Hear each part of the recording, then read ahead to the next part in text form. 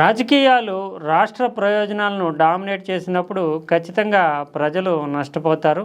దీర్ఘకాలం రాష్ట్ర భవిష్యత్తు కూడా ఇబ్బంది ఏర్పడుతుంది. ఇప్పుడు తెలంగాణలో చోటు చేసుకుంటున్నటువంటి ఒక పొలిటికల్ డిబేటు కృష్ణా గోదావరి జలాలకు సంబంధించి బీఆర్ఎస్ ప్రభుత్వ హయాంలో ఏం జరిగింది, ఇప్పుడు 2 ఏళ్ల కాలంలో కాంగ్రెస్ హయాంలో ఏం జరిగింది అనేటటువంటి చర్చ అసెంబ్లీని పట్టుకుదిపేస్తుంది. ఇది ఒక రకంగా రాష్ట్రాన్ని రాజకీయ పరమైనటువంటి చర్చ ద్వారా ప్రజల్లో చైతన్యం కలిగించడము, తర్వాత ఈ ప్రయోజనాల కోసం అంటే జలవనరుల ప్రయోజనాల కోసం రాష్ట్రానికి సంబంధించి హక్కుల కోసం నిలబడడం అనేటటువంటిది చాలా మంచి నిర్ణయమే. అయితే ప్రధానమైనటువంటి అంశం నిజానికి రాష్ట్రానికి రావాల్సినటువంటి ప్రయోజనాలకు సంబంధించినటువంటి అంశాన్ని మించి కేవలం పొలిటికల్ ఇష్యూగా మారిపోవడం అనేటటువంటిది ఒక దురదృష్టకరమైనటువంటి ఘట్టంగానే చెప్పాల్సి ఉంటుంది.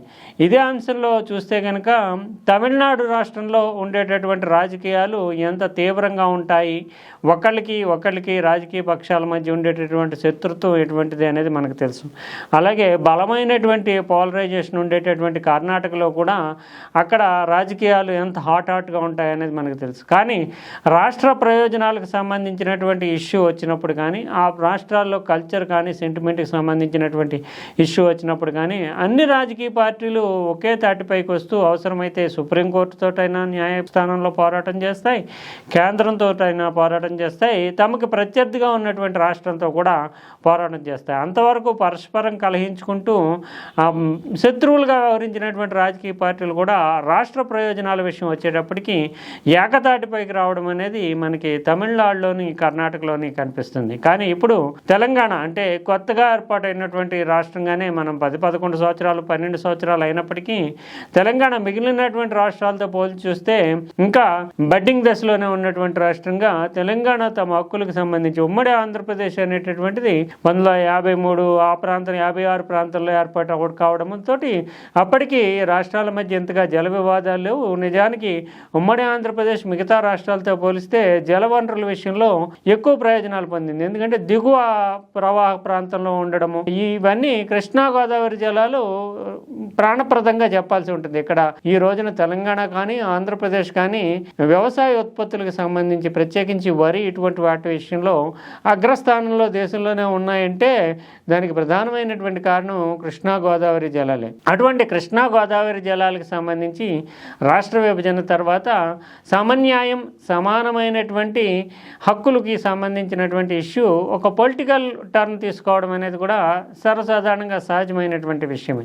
అయితే ఇప్పుడు చోటు చేసుకుంటున్నటువంటి వివాదము ముఖ్యంగా నీ తప్పు నేనెత్తి చూపుతాను, నా తప్పు నువ్వెత్తి చూపు అన్నట్లుగానే ఉంది తప్ప రాష్ట్రంలో జరగాల్సినటువంటి తీసుకోవాల్సినటువంటి కార్యాచరణ ఏంటి, హక్కుల కోసము ఏకతాటిపైకి వచ్చి అన్ని రాజకీయ పార్టీలు పోరాడాల్సినటువంటి అవసరం ఏంటి అన్న విషయాల్ని పక్కదారి పట్టిస్తోంది. ఇప్పుడు చూస్తే కనుక తెలంగాణ ఏర్పాటైన తర్వాత కృష్ణా జలాల విషయంలో అప్పట్లో ఉన్నటువంటి టీఆర్ఎస్ బీఆర్ఎస్ ప్రభుత్వము చాలా నిర్లిప్తంగా ఉదాసీనంగా వ్యవహరించింది.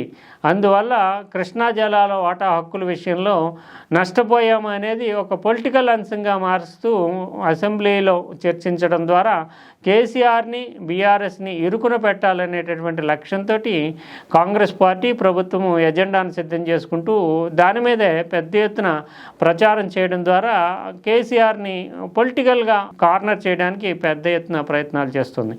మరోవైపు అసలు కృష్ణా జలాలు గోదావరి జలాలు రెండింటికి సంబంధించినటువంటి ఇష్యూస్ని లేవనెత్తడం ద్వారా ఇది జరగాల్సి ఉంది. ఎందుకంటే గోదావరి జలాల్లో చాలా మిగులు జలాలు ఉంటాయి, అక్కడ నుంచి ట్యాప్ చేయడానికి కూడా ఎక్కువ అవకాశం ఉంటుంది. అందుకే కాళేశ్వరం ప్రాజెక్ట్ని నిర్మాణం చేసినప్పుడు కృష్ణా జలాల కంటే గోదావరి జలాలకు సంబంధించినటువంటి విషయంలో మనం ఎక్కువ వాటా తీసుకోవచ్చు, మిగులు జలాలు 3000 టీఎంసీలు ఏటా సముద్రంలో కలిసిపోతున్న నేపథ్యంలో ఇక్కడ నుంచి వెళ్ళేటటువంటి గోదావరి జలాలని తరలించడం ద్వారా దాని మీద పెద్దగా వివాదాలు ఉండవు. తర్వాత ఎవరు కూడా దాని మీద అభ్యంతరాలు వ్యక్తం చేయడం కూడా సాధ్యం కాదు. కనుక గోదావరి జలాల మీద దృష్టి పెట్టాలంటూ బీఆర్ఎస్ టీఆర్ఎస్ అప్పట్లో నిర్ణయం తీసుకుంది. అందువల్ల ఈ రెండు జలాలకు సంబంధించి మ్యాక్సిమం బెనిఫిట్ ఎలా పొందగలుగుతుంది తెలంగాణ అనేటటువంటి ఇష్యూ మీద దృష్టి సారించి సమగ్రమైన చర్చ చేయడము, తర్వాత దీనికి సంబంధించి భవిష్యత్తులో ఆంధ్రప్రదేశ్ చేపట్టేటటువంటి ప్రాజెక్టులో తెలంగాణకి ఏమైనా అన్యాయం జరిగేటటువంటి అడ్డుకోవడము, లేదంటే పరస్పరం ప్రయోజనం పొందే విధంగా అటు తెలంగాణ ఇటు ఆంధ్రప్రదేశ్ పరస్పరం ప్రయోజనం పొందే విధంగా సహకరించుకుంటూ ముందుకెళ్లడం ఎలాగా కేంద్ర నేతృత్వంలో అనే విషయాల మీద చర్చ జరగాల్సి ఉంటుంది. అయితే ఇప్పుడు గోదావరి జలాలకు సంబంధించి ఆంధ్రప్రదేశ్ ప్రభుత్వం నిజానికి పోలవరాన్ని ఇంతవరకు ఆంధ్రప్రదేశ్ పూర్తి చేసుకోలేనటువంటి స్థితిలో ఉన్న ఆంధ్రప్రదేశ్ ఇప్పుడు బనకచెర్ల అనేటటువంటిది పోలవరం బనకచెర్ల అనేటటువంటి ప్రాజెక్ట్ని దాదాపు 1,00,000 కోట్ల వ్యయంతో నిర్మాణం చేస్తామంటూ ఆర్భాటంగా ప్రకటించింది. నిజానికి ఈ జలవనరులకు సంబంధించిన ప్రాజెక్టులన్నీ కూడా అవినీతికి పెద్ద ఎత్తున పీఠం వేస్తున్నటువంటి ప్రాజెక్టులుగానే చెప్పాల్సి ఉంటుంది. అది నిజానికి ఎంతవరకు సాధ్యమవుతుంది? పోలవరాన్ని పూర్తి చేయడానికి 10-12 ఏళ్ల నుంచి కొనసాగుతున్న కేంద్రం సహకరిస్తున్నా దాదాపు అన్ని అనుమతులు ఉన్నా కూడా ముందుకు వెళ్ళలేనటువంటి ఇంతవరకు పూర్తి చేయలేనటువంటి ఆంధ్రప్రదేశ్ ప్రభుత్వము నిరంతరం అప్పులతోటే ముందుకు నడుస్తున్నటువంటి ఆంధ్రప్రదేశ్ ప్రభుత్వం పోలవరం బనకచెర్లను ఎలా పూర్తి చేస్తే కనీసం దాంట్లో ఒక 10% ఫండ్స్ అన్నా కేటాయించగలిగినటువంటి స్థాయి ఆంధ్రప్రదేశ్కి ఉందా లేదా? ఇవన్నీ పక్కన పెడితే కేవలం ఒక బృహత్తరమైనటువంటి ప్రాజెక్ట్ చేస్తున్నాం అనే పబ్లిసిటీ గిమ్మిక్ కోసం ఆంధ్రప్రదేశ్ పోలవరం బనకచెర్లను ముందుకు తీసుకురావడం, ఆ భారాన్ని కేంద్రం మీద వేసేయాలనేటటువంటి ఒక దురుద్దేశమా దురాలోచన ఏదైనా కానీ అది అమల్లోకి వచ్చేటటువంటి అవకాశం లేదు. అయినా ఆంధ్రప్రదేశ్ ఒక పొలిటికల్ అంశంగా దీన్ని ముందుకు తీసుకురావడం, తర్వాత అభ్యంతరాలు వ్యక్తం చేస్తూ తెలంగాణ నుంచి తీవ్రమైనటువంటి ప్రతిఘటన వ్యక్తం కావడంతో దాని పేరు మార్చి నల్లమల సాగర్, పోలవరం నల్లమల సాగర్ అంటూ మార్చడము, ఇదంతా జరిగే పని అవునా కాదా అనేది పక్కన పెడితే ఈ లోపుగానే ఇది ఒక వివాదంగా రూపుదాల్చడం అనేటటువంటిది. తర్వాత దీన్ని అంటే భవిష్యత్తులో గోదావరి జలాల మీద హక్కులు కోల్పోతామనే ఉద్దేశంతో బీఆర్ఎస్ ఒక పొలిటికల్ ఇష్యూగా దీన్ని మలచడము, అందులోనే దీనికి సంబంధించి కానీ జల వివాదాలకు సంబంధించి కానీ కేంద్రం ప్రతిపాదించుతున్నటువంటి ఉమ్మడి కమిటీకి తెలంగాణ ప్రభుత్వం అంగీకరించడము, ఇటువైపు నుంచి 7 సభ్యుల్ని ప్రతిపాదించడము, ఆంధ్రప్రదేశ్ 4 సభ్యులను ప్రతిపాదించడము, కేంద్ర నేతృత్వంలో ఏర్పాటయ్యేటటువంటి ఈ కమిటీ ముందుకు వెళ్ళేటటువంటి పరిస్థితులు. దీంతో ఇప్పుడు బీఆర్ఎస్కి ఇది ఒక పొలిటికల్ అంశంగా మారడం అనేటటువంటిది ముఖ్యంగా మనం చూస్తున్నాం. అంటే ఫ్యూచర్లో తెలంగాణ హక్కులు గోదావరి మీద అంటే మిగులు జలాలు ఉన్నటువంటి గోదావరి మీద నష్టపోయేటటువంటి అవకాశాలు దీన్ని దృష్టిలో పెట్టుకుంటూ బీఆర్ఎస్ దీన్ని ఖచ్చితంగా ఒక పొలిటికల్ అంశంగా మారుస్తుంది. మరోవైపు గతంలోనే అంటే కృష్ణా జలాలకి చాలా తీవ్రమైనటువంటి డిమాండు, ప్రతి బొట్టుని వాడుకోవాల్సి ఉంటుంది.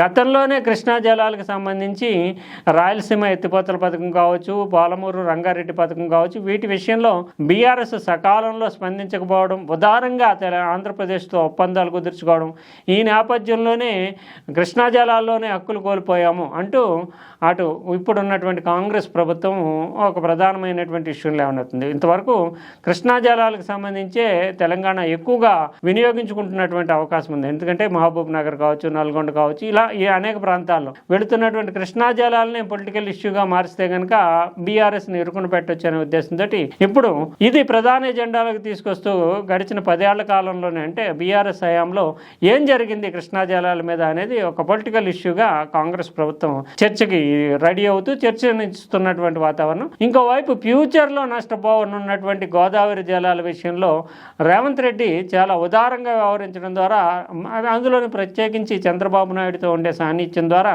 ఆంధ్రప్రదేశ్కి ప్రయోజనాలే నెరవేరుతాయి తప్ప తెలంగాణ నష్టపోతుందంటూ గోదావరి ఇష్యూ మీద ప్రధానమైనటువంటి పొలిటికల్ డిబేట్కి బీఆర్ఎస్ రంగంలోకి దిగింది. ఈ నేపథ్యంలో నిజానికి కృష్ణా జలాలైనా గోదావరి జలాలైనా ఈ రాష్ట్రానికి ఏ రాష్ట్రం అయితే ఆ రాష్ట్రానికి అన్యాయం జరగకుండా ఉండాల్సినటువంటి అవసరం అయితే ఉంటుంది. కానీ ఈ రెండు పార్టీలు దీంట్లో ఏం జరిగింది అనే వాస్తవం బయటకు వస్తుందా లేదా అనేది పక్కన పెడితే, ఒకటి గోదావరి జలాల అంశాన్నే ప్రాతిపదికగా చేసుకుంటూ కాంగ్రెస్ ప్రభుత్వాన్ని ఇబ్బంది పెట్టేందుకు బీఆర్ఎస్ పావులు కదపడము, కృష్ణా జలాల లాంటి ఒక క్రిటికల్ అంశాన్ని ప్రధానమైనటువంటి ఇష్యూగా మార్చుకుంటూ బీఆర్ఎస్ని ఇరుకుని పెట్టడం అనేటటువంటి ఒక టార్గెటెడ్ పొలిటికల్ పొలిటికల్ గోల్ తోటే ఈ ప్రధానమైనటువంటి రెండు పార్టీలు కూడా సిద్ధంగా అవడము, ఆ మేరకు మీడియాను హోరెత్తించడము కాంగ్రెస్ పార్టీ కానీ బీఆర్ఎస్ పార్టీ కానీ ఆ మేరకు మేరకే ప్రచారాన్ని ఉధృతం చేయడంతో ఇది నిజానికి తెలంగాణ ప్రజలకు తెలుసుకోవాల్సినటువంటి అంశాలు కానీ